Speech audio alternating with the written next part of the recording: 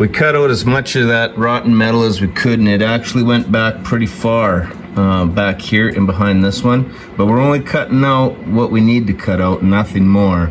This is what we're left with. It's gonna be a little tricky to get in here. I'm gonna have to come in from the back side to weld this only. And I started off making this plate here, and so that's gonna be this inner skin. This is what we're gonna start off with here. We'll put that on first, and then once we've got that, then we'll find out with the cardboard what we need for this spot here. Once we finish this inside, then we'll attack this outer skin over top.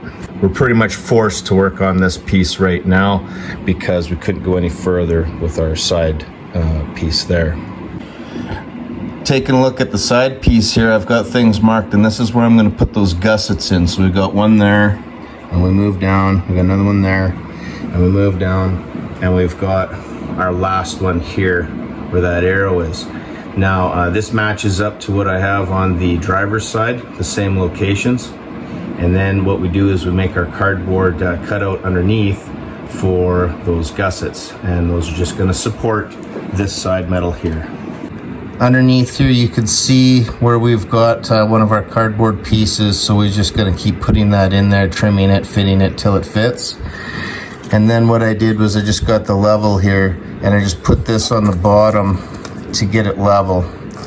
And in the front here, this kind of transitions down, but if you go to the next one, the floor is more flat here. We just want it level. It doesn't have to be perfect. These are just meant to fit in here, and we want some clearance in there because we're going to want some gap, and we're just going to stitch weld this, right? We're going to put a couple tacks in here, whether or not I put it up there, I don't know. Right in here, and then on the inside here, just tacking it on there. This is just a support for this this piece here. Just threw these on the table here to show you. Now each one is different, and if you kind of take a quick glance at it, you can kind of tell that this is the smallest one, and then it gets larger as it progresses to the back. So basically our dimension here is different, as well as up top here. So this profile here is different than that one there. So everything changes on the body, and you got to fit and form your piece for its certain location that it's going to go in. Trying to give you a view here from underneath and behind. We got it fitted up here. We try to get a little bit of a gap. Gonna fit it the best we can, and then we're just gonna start tack welding that in place. Pretty much this is the only angle that we can get at it from this side. And again, on the outside here, this is what we're looking at. So we can capture some of the welding in here from the outside, but all that other stuff in behind here is gonna have to be done from behind. And we might be able to get a little bit as well in here from the outside as well. But it is what it is. You got to deal with what you got. And once we've got that tacked into place, then we can kind of get our cardboard and fit what we need here for metal. Here it is tacked in place, and that's all we're going to do for now until we get our other pieces fit in, just in case we have to adjust something for some reason. So we just want to put some tacks in there, hold it in place. We'll tack on our next one, and then till we get to a point where we can seam weld everything. Just mocking up some of the pieces here with the cardboard, and this is entirely up to whoever's working on it and how they want to do it. But this is what I'm kind of coming up with to try and make it kind of simple and easy to tack together and do. Nothing too complicated, just the pieces that need to fit where they need to go. Here are the metal pieces here that we mocked up with that cardboard. We got them fit and tacked in place. Admittedly, I had to seam weld this piece here because I would not be able to get in there after putting these ones in.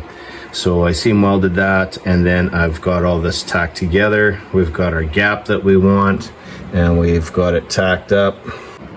So you can see the bottom, the front, and this side portion here. And here's a view on the inside. Now we can seam weld all that stuff, and then we can work on this bottom portion, however that's going to turn out. Got it all seam welded up here.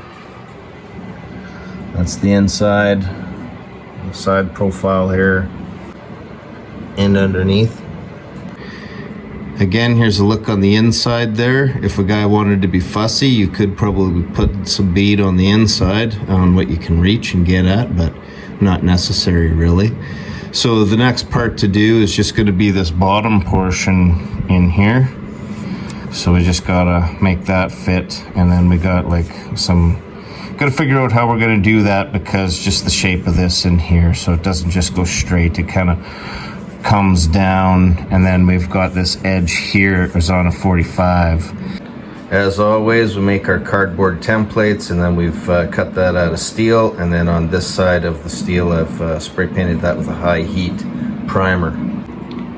This is the product I'm using here, and this is because I won't be able to get in there after the fact, so I use that to protect the metal while we're doing our welding.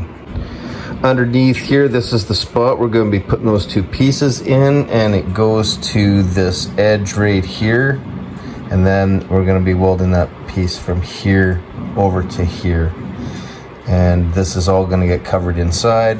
So I just used some leftover spray paint that I had, you know, almost an empty can, just to use it up, spray it on the metal to kind of protect it. So I cleaned it, sprayed it, just get something on there to protect it, and then I'm using that primer because that's what we're going to be welding, is that piece, so that's why I have that primer on that one. Here you can see we got those two pieces tack welded in. We'll seam weld that, and then we'll move on. Got those two pieces all seam welded now, and we can move on to the next thing. Again, with our cardboard cutout here, we're going to have our pieces to go in here. So we've got a piece for there. We have a piece for here. Now on the other side, I do believe what I did was I tack welded everything in here up top, and then what I did was I pushed the bottom in so that it touches the bottom there, and then I just seam welded again on the bottom. So this one here is not bad because it's pretty close, but in here we've got a little more gap. So we would kind of tack weld all that up here, and then we'd kind of massage it down into an angle to hit it right there. The flat bar will come out and it'll be welded on here. And that's what I did to the other side there. Just found a piece of flat bar, and then what we've got to do is we've got to transition this 90-degree to the flat bar.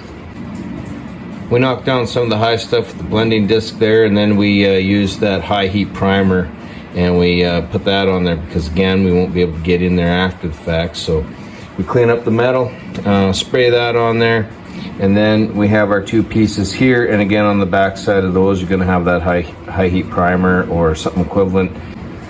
Got those two pieces tacked in. As you're putting that in there, you're going to have to massage it a little bit. Maybe hit it with the zippy disc to keep your gap straight and true all the way through. I had to do that in here. Had to get the zippy disc in there to make sure I had a uniform gap. I started off with this side over here, and then I made this one fit that one there. This comes down straight. I put a bend in here so then it bends down, tapers to the bottom, and then I had to adjust this one to make it match that one. All seam welded up here and ready to move on. I think the next thing to do is to continue on with this piece and have that come out. We'll tack our 90-degree angle on there to support that, and then we'll just have this come out as far. We'll do a measurement and find out how far we need to throw it out there to get it all the way underneath the fender, and then but we're going to leave it loose. We're just going to work on it to the end of the door, and then after that, then we'll find out what piece of metal we need to put in here to support it. And we'll also have to put the fender back on as well to get the right profile. Here's our gussets here, and this is what we're working with, kind of setting things up. And so we've got two plates. We've got some nuts welded on one, and then we've got those bushings or spacers in the middle, and then we're gonna have our 3 bolts. When it's all done, we got bolted together like this. So that's what it's looking like. And so what I did was I took all those pieces, I prepped them up, then I painted them with that high heat paint, and then we assemble it here, and then I'm just gonna brush off the edges where we plan on tacking and welding this in place. And each one of these, each set is form fitted for its location, and then we'll pop it in there, and then this is going to hold the side metal, the flat bar that goes on the side underneath the doors there. Here we had put these two pieces in and we got it kicked out because this is where the fender is going to be. That's just kind of hanging there temporary until we finish that up with the fender. And we've got our locations for our gussets. We've got one there, we've got one there, and then I've installed one at the back there. Up underneath here, what I've done is I tried to clean everything up really well, and then I used up that half a can of spray paint just to get rid of it, to put some paint on the metal to protect it. Here's a gusset that we got tacked in place here. And we're gonna tack it up against here, up top. And then in here on the underside of the back side of that side metal. And this is gonna support it. Here on the outside, you can see that location there. So this is where it's tacked up. You can see the hot spots. And then we've got, this is the last one. And then we've got two more to go down there. Once we've got those on, then we can work at that 90-degree metal. Getting ready to move on to the next stage here, which is going to be putting on our 90-degree angle iron in there. And so we're gonna use our rocker slider, I think it's a 2x4 square tubing. At this stage here, we want to make sure that we get off to a good start, and that means that we got to get the vehicle level. So we want to level the vehicle first, and then we did that with the level there. The longer the level, the more accurate. And then once we've achieved that, now I'm just kind of setting up our material as it would be installed. We're going to want a space in there from our side metal down to our 90-degree. That's going to be our gap that we're working with, and then we'll tack it along there. But the thing that's holding us up right now is those gussets that we made in the back. We got to notch them out in order for that 90-degree angle iron to fit in there properly. So we got to remove all this, notch those out, and then we're going to measure off the frame and kick it out equal from the front and the back from that bottom frame right in there that goes along all the way along the bottom of the vehicle there. And we're going to measure off of that with consistent measurement, match it for the driver's side, and then that's going to be our location. We're going to use these screw jacks here. That's what I'm using. The reason I use these is because it's more precise for the up and down. So you just got a little more control when you're moving it up and down so that you can get it exactly where you need it to be. Here's another look at those gussets here. You can see the one up front, and then we've got this one here. We've just tacked them in. You really don't need any more than that. If you want to stitch weld it, you're welcome to do so, but you don't need to. This is just supporting the side metal here. And we're just tacking it here, here, and here. And now we've got those notches in. So we've measured from our frame rail. We measured it over. And in my case, it ends up being 12¼ inches. So then we mark that out, notch that out. Now we can put our angle iron in here and we'll set that up. The rocker slider's mocked up here. We've got it set up roughly. Just got to do a few adjustments and stuff. We've got our magnetic level on there so that when we're adjusting it, we can see where we need to go with it. We've got this metal's almost touching right there, and admittedly this is just kind of hanging out in no man's land until we get that fender on to work with it some more. But it's almost touching at this end, and then as we move along, we're watching our gap here, right? And it gets big, it gets small, right? So all the way to the end. This piece on the end is just tacked here until we can do some more work with the fender. So I don't know if it's such a good idea to be trimming some of the material off there. We're gonna basically use that as our starting point. Apart from managing the gap down there, the next thing we're going to want to do is we want to use our clamps, and we want to put as many clamps on this thing as possible to get that 90-degree tight to our 2x4 square tubing there so that it doesn't warp and distort. That was the whole point behind using the 2x4 square tubing to support the 90-degree angle. It's not heavy enough material that it's not going to warp and distort when you're tacking it in place. So that's why you need to support it while you're installing it.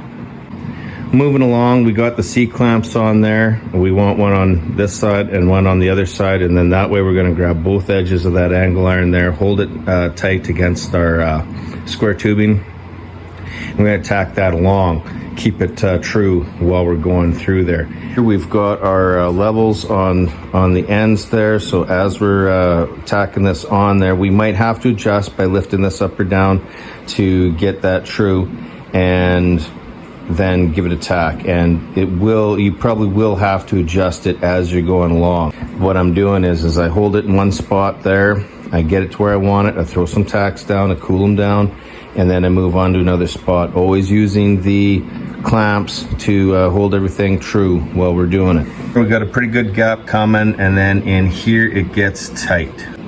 We're gonna get in here with the angle grinder, and we're going to open this space up. It's too tight in there. We need a proper gap in order to weld this properly. So we're gonna clean that up, open up that side. We're looking pretty good on the end over here, and we're looking pretty good over here. I'm not going to really do anything where that fender needs to be for the time being, because again, all that will have to be manipulated with the fender in place to figure out where things need to go. We took the back door off here so that we could get into this area better. With that door on, you can't really reach in here. And what we're doing is the top edge now. So we've tacked the bottom all the way along when we had our clamps on there, holding this on here tight, get that all tacked down on the bottom. And now what we're doing is we're filling this gap in here with some little segments of metal. So just put a piece of metal in there, and we're gonna tack it to here, we're gonna tack it to there. We're gonna go all the way along, up to the front there, and we're just gonna fill that gap in. So now the top and the bottom are all tacked together. And when we're doing this, we're also gonna use our compressed air there. So we're gonna make a tack, we're gonna cool it down. The reason for that is this metal here is really thin, and so we don't want it to get too much heat, burn through, warp, distort, all that kind of stuff. We want to maintain what we had here for this metal coming out past there, because if you remember, it's just tacked on the bottom edge behind here. So this is open, and it could shift or move or whatever. So nice and slow, tack, cool, tack, cool. Here with the door closed, you could see what I'm saying when I'm trying to maintain that profile, that transition from the door to our flat metal here with that gap that we're filling in with our metal segments. Now's the time we've got to deal with this corner piece. The metal is all, it's too thin, and if you looked on the back side, it's all rusted up. So we got to cut a piece out of here. Originally, I wanted to go this high, but there's metal in behind here that's going to cause us some complications. Now, ordinarily, you just want to cut up into where the good metal is, and really no more than that. So we're still going to be in the good zone here, where I cut that right there. And we're just kind of forming our new piece. So we're going to put that on there. We're going to trace it out, rough form this right now where it's positioned. Here's our hole all prepped up and ready. Here's our patch. We're going to put that in there, tack it in place, and then we're going to seam weld it. We're tacking in our patch here. Again, we want a good clearance all the way around. We've got a little excess hole here and here, but not to worry. We'll just work around slowly until we fill that in. What I'm going to do here though is I'm going to probably put a little more weld on here, especially in these corners, because I got to push this corner in. So I want to get some good weld in, at least in here and here, to hold it, make sure those tacks don't break as I massage this piece in, and then work along the edges here.